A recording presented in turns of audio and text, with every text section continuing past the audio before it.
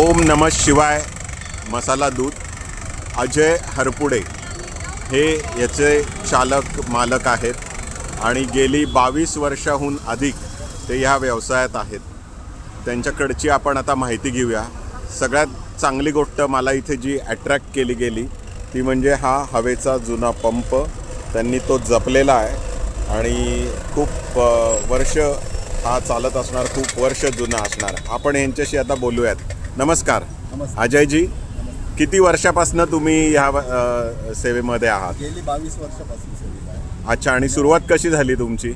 सुरुवातीला असंच गप्पा मारता मारता विषय निघाला आणि पुण्यामध्येही लयास चाललं होतं मसाला दूध. त्यावेळेस चालू केलं. लोक नवीन नवीन विचारत आहेत मसाला दूध तिखट नाही लागत ना, तेव्हापासूनची सुरुवात आहे. अच्छा, हां, म्हणजे मसाला दूध काय हा कन्सेप्टच लोकांना नवीन होता.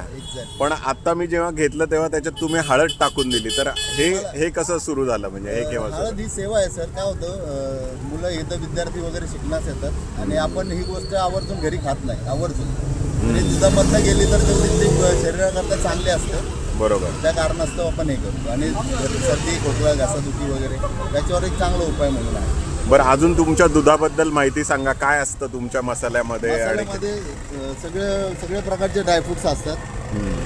त्याच्यानंतर आपण जो मसाला बनवतो हा स्वतः बनवतो. मी स्वतः राम बंधू मसाला सर्व्हिस केलेली आहे.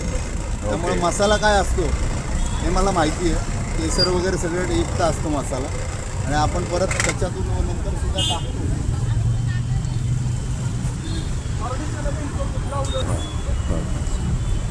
केसर वगैरे सुद्धा आपण त्यात टाकतो आणि उच्च प्रतीचं केसर वापरतो. अच्छा, तर मी स्वतः या दुधाचा अनुभव घेतलेला आहे. मसाला पण दाखवत आहेत, तो पण पाहूयात आपण. त्याच्यामध्ये सगळ्या प्रकारचे ड्रायफ्रुट्स आहेत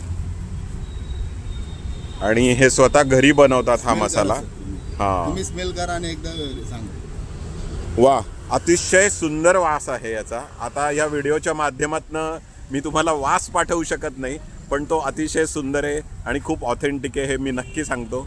तुम्हाला शुभेच्छा आणि अशीच लोकांना सेवा देत राहा, मुलांना. आणि सगळ्यात महत्त्वाची गोष्ट की ह्यांचे जे दर आहेत ते अतिशय ऑथेंटिक. म्हणजे 15 रुपयामध्ये कुठल्याही सामान्य म्हणजे चहा घेण्यापेक्षा निश्चितच हे दूध घेणं केव्हाही फायदेशीर आहे. धन्यवाद. थँक्यू.